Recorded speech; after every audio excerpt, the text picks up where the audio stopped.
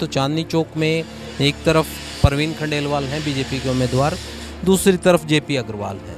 क्या लगता है दोनों में से कौन सा मजबूत है? कुछ बीजेपी ने किया है, कुछ चीज़ें अच्छी करी हैं, लेकिन ऐसा भी नहीं है कि कोई बहुत ही उसने आउटस्टैंडिंग वर्क किया है जो होना चाहिए था 10 साल में, वो नहीं हुआ। तो यहाँ बीजेपी की जो यहाँ जो एमपी की 7 सीटें हैं उसमें से मुझे ऐसा लगता है कि कम से कम 3 सीट तो इस बार वो अपनी जो है खो देगा बीजेपी। भाई बीजेपी तो कुछ सुनने का राजी नहीं है। एक भी 10 साल से 12 साल हो गया, वो 12 पास के एक भी नौकरी का नाम ही नहीं है कि झाड़ फूस तो दे दे। सफाई कर्मचारी खाली अपने अपने बंदे भर्ती करते जा रहे हैं। अरे बस बड़े बड़े बंदे आगे बढ़ते जा रहे हैं, छोटा बंदा और छोटे होते जा रहा है। केजरीवाल जी भी बुरे नहीं है, उन्होंने अपने अंगले बंगले बनाए, वो तो देखो सभी करते हैं, हमें क्या लेना उनसे। लेकिन उन्होंने थोड़ा सा जनता की तरफ भी देखा है। वो हमारे वाले कहते हैं ना कि विदेश में डंका बज रहा है, नेपाल में बज रहा है क्या डंका? डंका नहीं, कोई डंका नहीं बज नहीं, सब गाली देते हैं। कोई ये डंका तो कह रहे हैं कि साहब डंका बज रहा है विदेश में। सब अफवाह वाली बात है, कोई डंका नहीं। डंका तो बज रहा है, मोदी का डंका तो बज रहा है। आज भी बजेगा, कल भी बजेगा, डंका वाले तो मना कर बजेगा, रहे हैं, ये तो नजदीक बजेगा। और अभी जरा चुनाव खुलने दो, डंका तो अभी और बजेगा।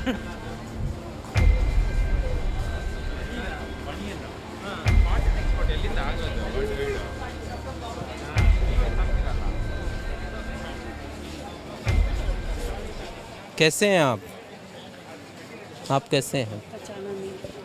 पहचाना नहीं, मैं मीडिया से हूँ। अच्छा, अच्छा, नाम क्या है आपका? रोशनी है। रोशनी। रोशनी जी, मैं चुनाव को लेकर बात कर रहा हूँ सब लोगों से कि अब चुनाव है लोकसभा का, आप वोट डालेंगे, आप सांसद बनाएंगे, फिर सांसद देश का प्रधानमंत्री बनाएंगे। क्या लगता है रोशनी जी का मन क्या कहता है, किस पार्टी की सरकार अब की बार बननी चाहिए? एक तरफ बीजेपी है, एक तरफ इंडिया गठबंधन है। एक तरफ इंडिया गठबंधन है, कांग्रेस और कांग्रेस के कुछ सहयोगी जो हैं उन्होंने इंडिया गठबंधन बनाया है, हटा दी बिल्कुल। उसी में झाड़ू भी है, आम आदमी पार्टी उन्हीं के साथ। थोड़ा मैं तो आम आदमी पार्टी के साथ ही जाऊंगी, हारे चाहे जीते कोई बात नहीं। थोड़ी परेशानी तो आई है, लेकिन ना काफ़ी हमारे को सुविधा मिली है उनसे। हाँ, इसलिए आप आम आदमी पार्टी। इसलिए आम आदमी और इनके मेरे को कुछ नज़र नहीं आ रहा। कांग्रेस का तो था हमारे साथ, काफ़ी साथ कांग्रेस ने काफ़ी साथ दिया है, वो उनसे भी हम पीछे नहीं है। लेकिन ये मोदी जी ने तो इतना कुछ नहीं हमारे लिए किया है इन्होंने। मतलब किया है, सरकार के लिए किया होगा। जो सरकार की चीज़ है वो हमें नहीं पता, पर नॉर्मली जो हम मतलब वैसे लोग आम आदमी जो है उनके उनका पता ही नहीं लगा वो कर क्या रहे हैं। वो बस मंदिर मस्जिद ये बनाते फिर रहे हैं। इससे क्या फ़ायदा, क्या बेनिफिट है? बच्चे इतने मेरे एजुकेटेड बच्चे बैठे हैं बिना नौकरियों के। कोई कितने बच्चे हैं? बच्चे 4 बच्चे हैं। हाँ, चारों पढ़ लिए, चारों पढ़े हैं, BA पास है सारे। नौकरी नहीं मिल पा रही। नौकरी दो को तो बिल्कुल, टीचर ट्रेनिंग करके इतना पैसा लगा के बैठ गई मैं। मोदी जी तो ये कह रहे हैं कि अगर सरकारी नौकरी नहीं है तो प्राइवेट सेक्टर में नौकरी कराओ। प्राइवेट कोई बुरी नहीं है, देवो तो सही। नहीं, कोई प्राइवेट नहीं मिल रही है। ना कुछ नहीं। बहुत भाग दौड़ करी, बस एज ही निकल गई मेरे बच्चों की।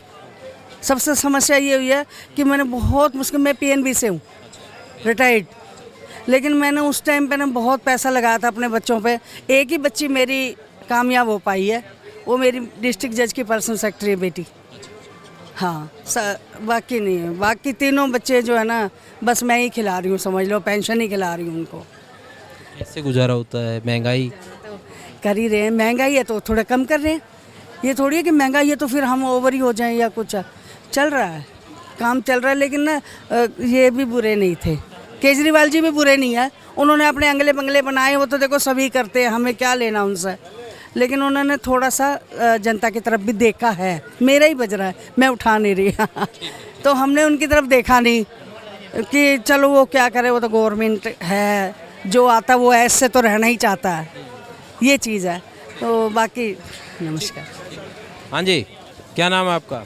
राम कुमार शर्मा। राम कुमार जी, मुझे ये बताएं, क्योंकि चुनाव चल रहा है, क्या लगता है दिल्ली की जनता क्या चाहती है? एक तरफ इंडिया गठबंधन है, एक तरफ बीजेपी है। वैसे अब जनता जो है ना बदलाव चाहती है। अच्छा, मतलब बदलाव अभी नरेंद्र मोदी हैं, हाँ, उनकी सरकार है बीजेपी की, हाँ, उसको बदलना चाहती है। बदलना तो चाहती फिर इंडिया गठबंधन है ऑप्शन, दो ही में टक्कर है। बिल्कुल बिल्कुल बिल्कुल अच्छा, इंडिया गठबंधन का बिल्कुल। क्या कारण है साहब? बात ये है कि महंगाई ज़्यादातर हो गई है। जब से मोदी जी आए हैं तब से महंगाई बहुत ज़्यादा हो गई है। लोग परेशान हैं, जनता परेशान है बहुत ये ज़्यादा। बदलना चाहते हैं। महंगाई परेशान कर रही है या कुछ फर्क नहीं पड़ रहा है ज़्यादा? महंगाई और रोजी रोजगार तो है ही नहीं बिल्कुल जी। मेरे घर में 4 भाई एक बहन है, काम धंधा किसी के पास नहीं है। उनका फ़ोन आया था कि आप किसको वोट देंगे, खाली वोट देने के नाम पर। इसका फोन आया था उनके मोदी जी का आया था, मोदी के बीजेपी ऑफिस से किसी से? हाँ जी, कि आप इस बार किसको वोट दोगे, अगली बार भी आएगा। खाली वोट मांग रहे, किसको दोगे, ये नहीं किसको रोजगार। क्या बताया? मैंने बोला आपको अगली बार भी रोजी रोटी के लिए बोला, कोई भी रोजी रोटी दे दो, झाड़ू पोछा कुछ भी दे दो, पर दे दो। मेरे घर में 4 बंदे, कहीं से रोटी तो चले। फैक्ट्री में जाओ, वही 12-12 घंटे काम करना पड़ता है। वही इतने रुपए, इससे आगे नहीं। सारे 12 पास BA कर रखे हैं, वही भटक रहे हैं। तो क्या करते हो, कैसे मैनेज कर रहे हो? मंडी में, कहीं मंडी में पल्लेदारी करने दे जाता है, या तो कभी दिहाड़ी पे चला जाता हूँ बस मैं तो। बाकी तो बंदे वही हैं, घर पे खाली बैठे हैं। बहन को नौकरी नाम है, जब कुछ है ही नहीं। तो किससे उम्मीद है पार्टी, क्योंकि अभी एक तरफ बीजेपी है, एक तरफ इंडिया जो गठबंधन। भी आए बढ़िया है, सबको रोजी रोजगार और अच्छी शिक्षा, अच्छा स्वास्थ्य दे, अच्छे से पढ़ाई गरीब से गरीब बंदा कर सके तो आगे बढ़ जाए। और क्या चाहिए? किससे उम्मीद है वही पूछ रहा हूँ, क्योंकि आपके पास 2 ऑप्शन है। मोदी तो नहीं है जी, मोदी नहीं है कोई। केजरीवाल ही दिल्ली में, तो फिर भी केजरीवाल बिल्कुल बढ़िया किया, सबके चाहिए बिजली पानी सब चीज़ फ्री है। और क्या चाहिए? महिलाओं को जरा सब चीज़ सुविधा बढ़िया। भाई बीजेपी तो कुछ सुनने का राजी नहीं है। एक भी 10 साल से 12 साल हो गया, वो 12 पास के, एक भी नौकरी का नाम ही नहीं है। कि झाड़ कुछ तो दे दे, सफाई कर्मचारी, खाली अपने अपने बंदे भर्ती करते जा रहे हैं। अरे बस बड़े बड़े बंदे आगे बढ़ते जा रहे हैं, छोटा बंदा और छोटे होते जा रहा है। बड़े बंदे को भी छोटे बंदे। क्या नाम है साहब आपका? अशोक भाई। अशोक जी, मुझे ये बताएं, क्योंकि आप यहाँ पे काम करते हैं, आपके पास बहुत से ग्राहक भी आते हैं, आपको पता भी रहता है, थोड़ा चर्चा रहती है। क्या लगता है कि अब की बार वोटर क्या सोच रहा है? वोटर क्या जी, प्रधानमंत्री में तो मोदी जी हैं ही हैं, और बाकी दिल्ली में तो केजरीवाल आए, लेकिन मोदी प्रधान में PM में तो। चांदनी चौक की यदि बात करें तो चांदनी चौक में एक तरफ परवीन खंडेलवाल हैं बीजेपी के उम्मीदवार, दूसरी तरफ JP अग्रवाल हैं। क्या लगता है दोनों में से कौन सा मजबूत है? ये आवाज़ की डेट में तो BJP की लहर है। नहीं, JP अग्रवाल के मुकाबले कांग्रेस में था, उसके मुकाबले कोई आदमी नहीं था सर जी। अभी आदमी तो वही है, फिर फर्क क्या आ गया? समय का पलटा मर गया है। हम लोग पसंद वैसा नहीं करते हैं जैसे पहला पसंद करते हैं। आप ये कह रहे हैं? अब तो लहर चल रही, मोदी जी की लहर है जी। मोदी लहर है, मोदी जी की लहर चल रही है क्या कहीं? हाँ, लहर ही चल रही है पूरी इंडिया में मोदी जी की। हाँ जी। क्या कारण है? हाँ जी, लहर के पीछे क्या कारण है, मतलब क्यों लोग इतना? उन्होंने अपने मैनिफेस्टो में जो काम बताए थे वो सारे काम उन्होंने करे हैं अपने। वो कह रहे हैं रोजगार तो नहीं दे पाए। अभी शिकायत कर रहे थे 2 लोग, इतनी IT कंपनियां बाहर से आ रही हैं, वो रोजगारी दे रही हैं ना करना। वो ये कह रहे थे। अभी एक लेडी भी यहाँ पे खड़ी थी, कह रही थी मेरे 4 बच्चे हैं, रोजगार नहीं मिल पा रहा है सर। अब उनकी क्वालिफिकेशन ऐसी होगी कि उनको नहीं मिल पा रहा होगा, ग्रेजुएट सब घर पे बैठे हैं। सारी सुविधाएं, लोन की सुविधाएं, अपना कारोबार करें। अब इतनी आप क्या करते हैं? मेरा भी कारोबार का ही काम है, अलीगढ़ में ताले का काम है मेरा। हैं जी? अलीगढ़ में ताले का काम है मेरा। हाँ जी, कितने साल से कर रहे हैं? मैं 2017 से कर रहा हूँ ताले का काम। 2017 से कर रहे हैं, तो 10 साल तकरीबन आपने मोदी का शासन देखा है। आपके व्यापार में कितनी तरक्की कर पाए आप? तरक्की तो कम है, लेकिन अब ये श्योरिटी है कि पैसा मिल जाता है हमें मार्केट से। पहले ये नहीं रहता था कि पैसा मिल नहीं पाता था। GST से बिल माल जाता है और पैसे की गारंटी रहती है आने की। GST आने से ये सुविधा हो गई? हाँ, ये होगा। अच्छा, पहले पैसे में दिक्कत रहती थी, माल जा जाता था वहाँ, हम कुछ कर नहीं सकते थे, लेकिन अब GST से उन्होंने माल ले लिया तो उसको पैसा देना ही पड़ेगा। मतलब पक्के पे आ गया काम, ये कह रहे हैं? हाँ जी। ठीक, चलिए ठीक है, चलिए कुछ और लोग हैं उनसे भी पूछते हैं। कैसे हैं आप? क्या नाम हो? मोहम्मद इकराम। मोहम्मद साहब, मुझे ये बता दें कि चुनाव है, मोहम्मद साहब का मन क्या कर रहा है? अब की बार किसको चुना जाए? एक तरफ इंडिया गठबंधन, एक तरफ बीजेपी के जैसे भी है वो। आपका मन क्या कहता है वो बताएं। हैं? आपका मन जो कह रहा है।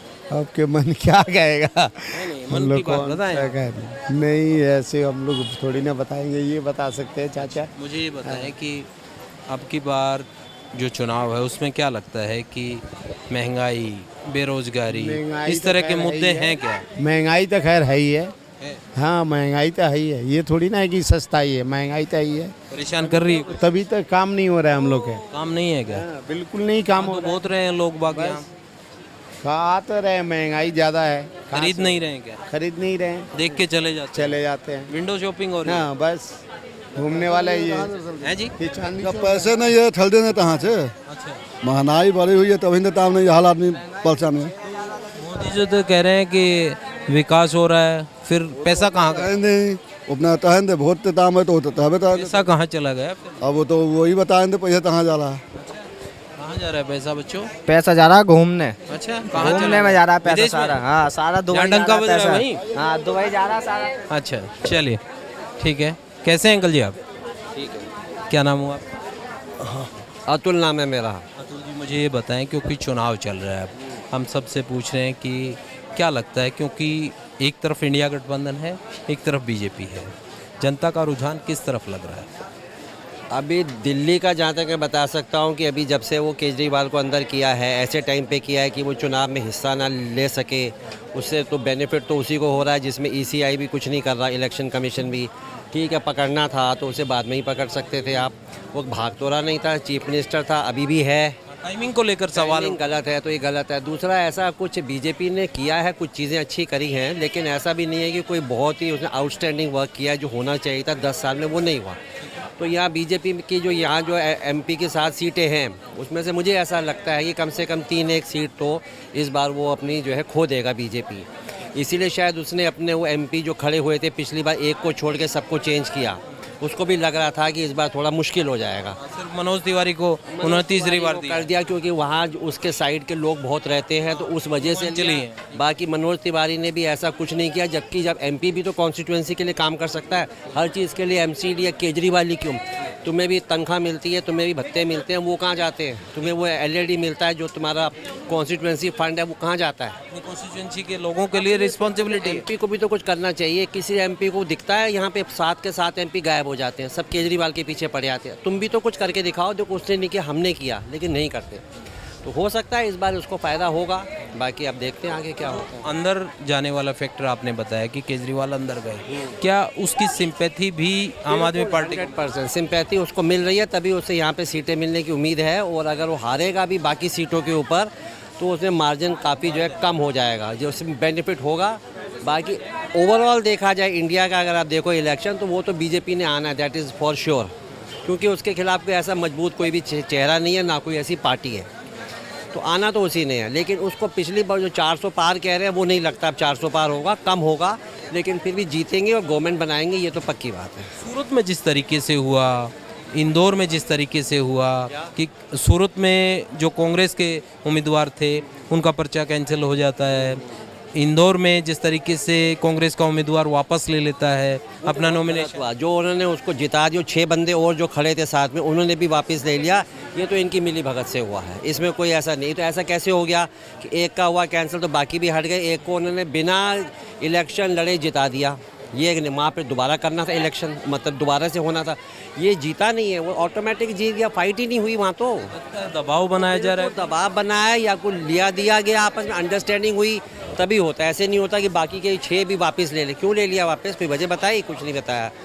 तो ऐसी बहुत से बातें हैं जो इस बार जो है इनके खिलाफ जा रही हैं, बाकी जीतेगी तो बीजेपी। इलेक्टोरल बॉन्ड को कैसे देख रहे हैं लोग? बॉन्ड बहुत गलत है, सुप्रीम कोर्ट ने भी बोल दिया कि ये नहीं होना चाहिए था। पहले तुम छुपाते रहे, जब उन्हें दबाव बनाया तो आपने वो बॉन्ड में नाम बता दिए, उसमें आया सबसे ज़्यादा बीजेपी के पास है, कोई 8,000 करोड़। क्यों है? क्योंकि उनकी गवर्नमेंट है, सब कुछ उनके हाथ में, वो सबकी हेल्प कर सकता है। अपोजिशन को पास भी आया है, थोड़ा थोड़ा आया। चुनाव में आम जो वोटर है वो इस बात की चर्चा कर रहा है, इलेक्टोरल बॉन्ड की चर्चा करता है। के बारे में शायद बहुत लोग समझ नहीं पाए हैं, उसके बारे में वो कर नहीं रहे हैं, लेकिन ये एक बहुत बड़ा मुद्दा था और ये गलत था। सुप्रीम कोर्ट ने भी बात को माना कि ये जो है कॉन्स्टिट्यूशन के खिलाफ है जो आप ऐसे कर रहे हो, लेकिन अब गवर्नमेंट की है, जिसकी लाठी उसकी भैंस होती है, ये तो सबको पता ही है। Thank you. तो आपने सुना कि किस तरीके से जो तमाम लोग हैं उनकी अपनी राय हैं। क्या नाम है आपका? मेरा नाम साबिर हुसैन। साबिर हुसैन जी, मुझे ये बताएं, चुनाव चल रहा है देश में, हम लोग नेपाल से हैं सर। नेपाल से हैं, तो यहाँ क्या करने हैं? खरीदारी हाँ, इधर घूमने आए हैं। तो हिंदुस्तान में अब लोकतंत्र में एक त्यौहार चल रहा है चुनाव का, देखते हैं वो चर्चा होती है चर्चा कुछ? सुनते हैं? नेपाल में भी हिंदुस्तान की चर्चा होती है? नहीं है, नेपाल की अपनी राजनीति है, लोग अपने राजनीति कभी से ये कहते हैं कि वहाँ पर एक शासन ऐसा चल रहा है, कुछ होता है या फिर ना नहीं? ना ऐसा कुछ नहीं, ऐसा कुछ नहीं है। वो हमारे वाले कहते हैं ना कि विदेश में डंका बज रहा है, नेपाल में बज रहा है क्या डंका? कोई डंका नहीं है, कोई डंका नहीं, नहीं बज रहा है? नहीं नहीं, सब गाली देते हैं, कोई ये डंका तो कह रहे हैं कि साहब डंका बज रहा है विदेश में।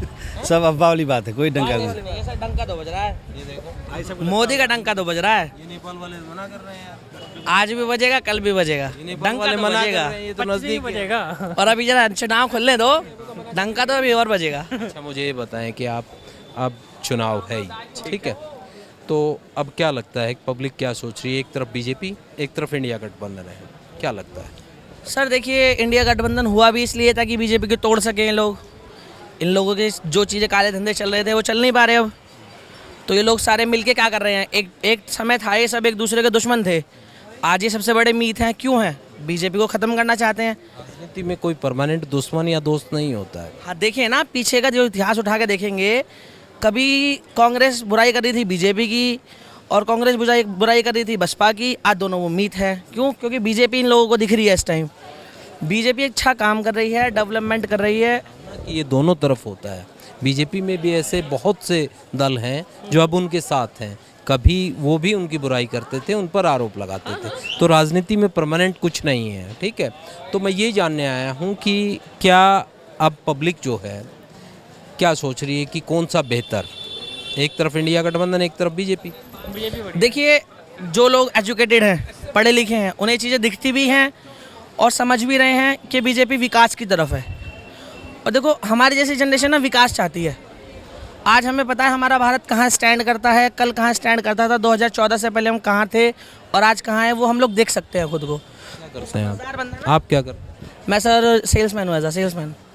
मुझे ये बताएं कि 2014 के वक्त आपको क्या लगता है कि देश की क्या स्थिति थी, अभी क्या स्थिति हो गई है? सर देखिए, मैं बात करूं 2014 से, मैं काम कर रहा हूं 2016 के आसपास से। जब मैंने काम करना शुरू किया था तब मेरी सैलरी थी शुरू की 12,000 रुपये और मुझे मैक्सिमम जो हाइप मिली है वो मिली है 35 से 35,000 रुपये, ठीक है। इतना हाइप मुझे नहीं लगता मेरे माँ बाप को कभी कांग्रेस के राज में मिला था। सैलरी ग्रेड अच्छा हो गया है, लेबरगिरी का ग्रेड अच्छा हो गया। आप देखेंगे दिल्ली में जो लेबरगिरी का ग्रेड शुरू है 16-17 रुपये से शुरू हो रहा है। नॉर्मल जॉब 16-17 की आराम से मिलती है। स्टेट गवर्नमेंट तय करती है लेबर, वो सेंटर नहीं तय करता है। दूसरी मैं आपको बता दूं कि जो आप बात कर रहे हैं कि आपको हाइप मिला है, तो महंगाई का क्या लगता है आपको कि महंगाई भी इस दौरान बढ़ी है या लगता है कि महंगाई नहीं बढ़ी, सिर्फ तनख्वाह बढ़ी? अगर देखो, विकास हुआ है तो महंगाई भी बढ़ी है। कांग्रेस राज में वो महंगाई नहीं थी जो आज महंगाई है, बट भूखा आज भी कोई नहीं मर रहा। अगर भूखा उस समय में कोई नहीं मर रहा था तो भूखा आज भी कोई नहीं मर रहा। लोगों पे बहुत पैसे हैं, सभी के पास मोस्टली पैसे हैं, ऐसा नहीं कोई भूखा मर रहा है। आप जैसे युवा एक शिकायत करते हैं कि नौकरी नहीं मिल पाई। बहुत अच्छी नौकरी है सर काम करने वालों के लिए, बहुत अच्छी नौकरियां काम करने वालों के लिए। जो 2 करोड़ का वादा था वो तो दी नहीं सरकार ने। वो चीज़ें अलग हैं। देखो, एक बिहाफ पे सोचा जाए, हर कोई पॉजिटिव नहीं हो सकता ना, हर जगह पॉजिटिविटी नहीं आ सकती। तो बहुत जगह पॉजिटिविटी है तो बहुत जगह नेगेटिविटी भी है, पर पॉजिटिविटी को लेकर सोचा जाए तो हमारा भारत जो है विकास की तरफ है और हम बीजेपी के साथ हैं, मरते दम तक ऐसे ही रहेंगे। चाहे जॉब मिले चाहे ना मिले, हम बीजेपी के साथ हैं। पसंद आ गई है? पसंद है। अच्छा चलिए इनसे पूछते हैं, कैसे हैं आप? नाम क्या हुआ आपका? मंजू बैसला। मंजू जी, मैं ये जानने आया क्योंकि चुनाव चल रहा है, महिलाओं के लिहाज से महिला क्या सोच रही हैं? एक तरफ बीजेपी है, एक तरफ इंडिया गठबंधन है, कौन सा बेहतर है? महिला क्या सोचती हैं कि इसकी सरकार बने तो बढ़िया रहेगा? बीजेपी की। क्या कारण है? बहुत सारे कारण है बताएं जरा, 2-4 पब्लिक को पता लगेगा कि अच्छा काम हुआ है। भाई, इतना तो मुझे भी ना तो बोलना। एक मुझे ये बताएं, क्योंकि सीधा वास्ता महंगाई का एक गृहिणी से होता है, तो आपको लगता है कि इस 10 साल के शासन में क्या महंगाई बढ़ी है, परेशान कर रही है? महंगाई बढ़ी है लेकिन परेशान नहीं कर रही। आमदनी बढ़ी है महंगाई के प्रोपोर्शनेट? हाँ जी, और बहुत अच्छे काम किए मोदी ने, ऐसी बात थोड़ी है। ठीक है, वही तो अच्छे काम पूछ रहा था मैं, 2-4 आप बता दें। भाई मैं जल्दी में हूँ। ठीक है, चलिए इधर चलते हैं आगे। शबी है क्या ये?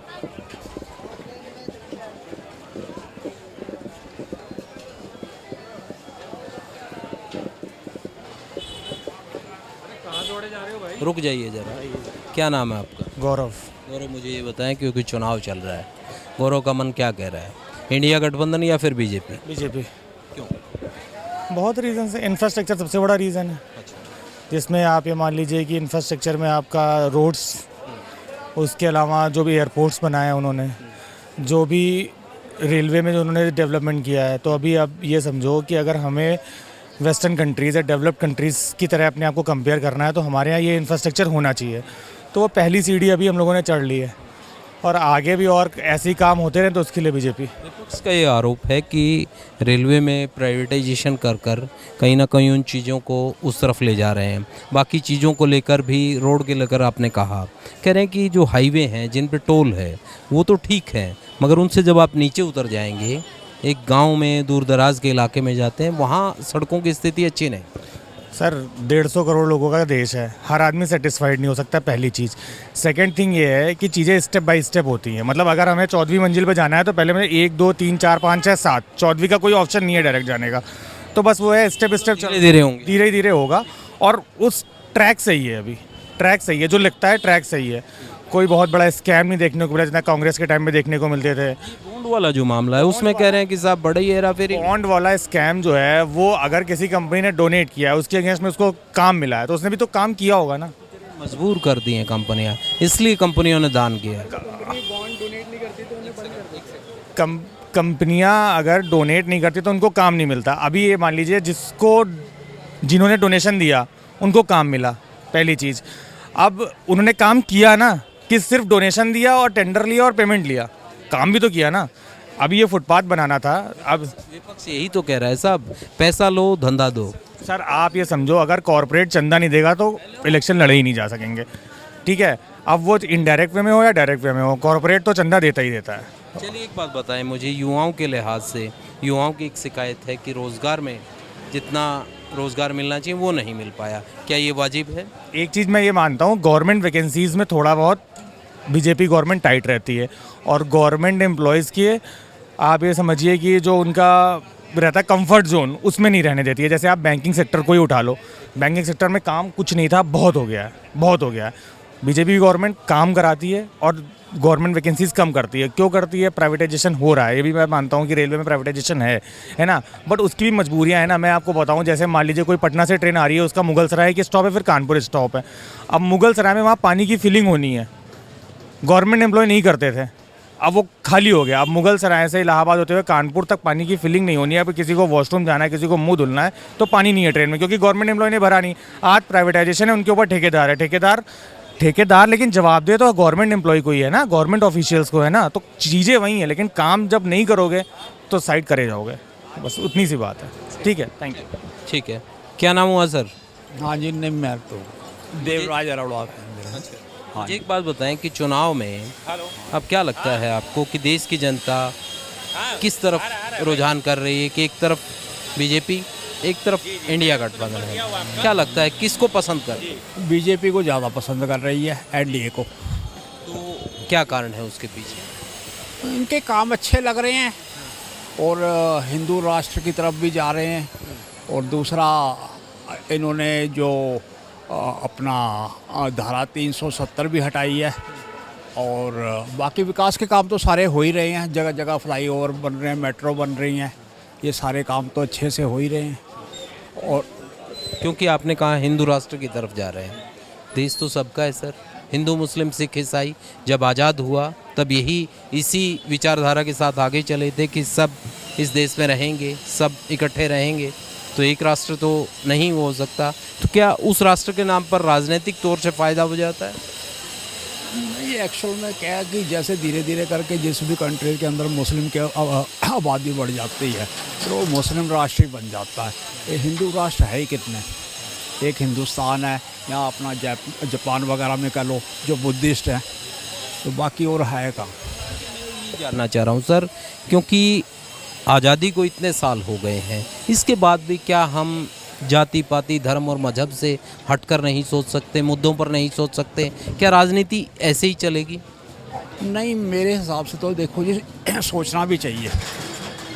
हमारे को इस तरफ भी बहुत ज़्यादा ध्यान देना चाहिए, नहीं तो फिर आने वाले, चलो ठीक है हम होंगे या नहीं होंगे, लेकिन हमारे बच्चे तो इस चीज़ को याद करेंगे ना कि भाई ये मान लो पॉपुलेशन है, अब जो मुस्लिम की पॉपुलेशन कितनी तेज़ी से बढ़ रही है और हिंदुओं के कितने हो रहे हैं आप जानते हो, एक बच्चा 2 बच्चे से ज़्यादा करता है कोई नहीं है। तो इनकी पॉपुलेशन बड़ी तेज़ी से बढ़ रही है, जो कि आगे जाके दिक्कत तो करेगी।